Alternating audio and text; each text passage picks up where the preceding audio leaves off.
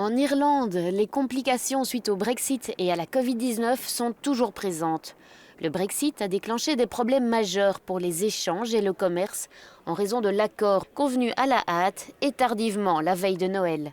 Le Premier ministre irlandais, ou Taoiseach, Micheál Martin, a déclaré que le Brexit était une mauvaise décision et que les dommages qui en découlent risquent de coûter de nombreux emplois.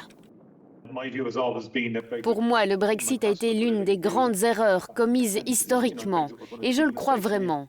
Et bien sûr, cela signifie une perturbation, parce que le Royaume-Uni est sorti du marché unique et qu'il est sorti de l'union douanière. Cela a des conséquences en termes de circulation des biens et des services. Et je ne pense pas que cela ait été bien compris au Royaume-Uni.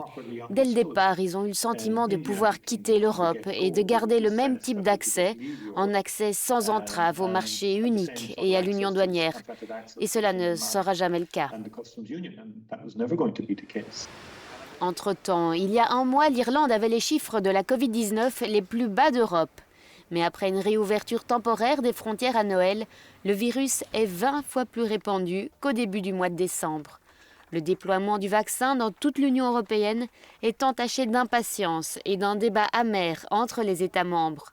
L'Allemagne est accusée de rompre avec l'esprit de solidarité européen en achetant des millions de doses en plus de celles qui lui ont été allouées.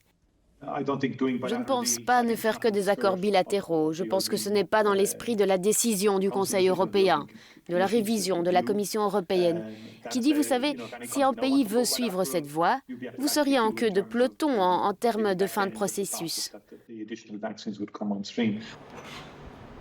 Il est également largement admis qu'aucun pays ne pourrait faire mieux que les 27 pour l'achat des vaccins.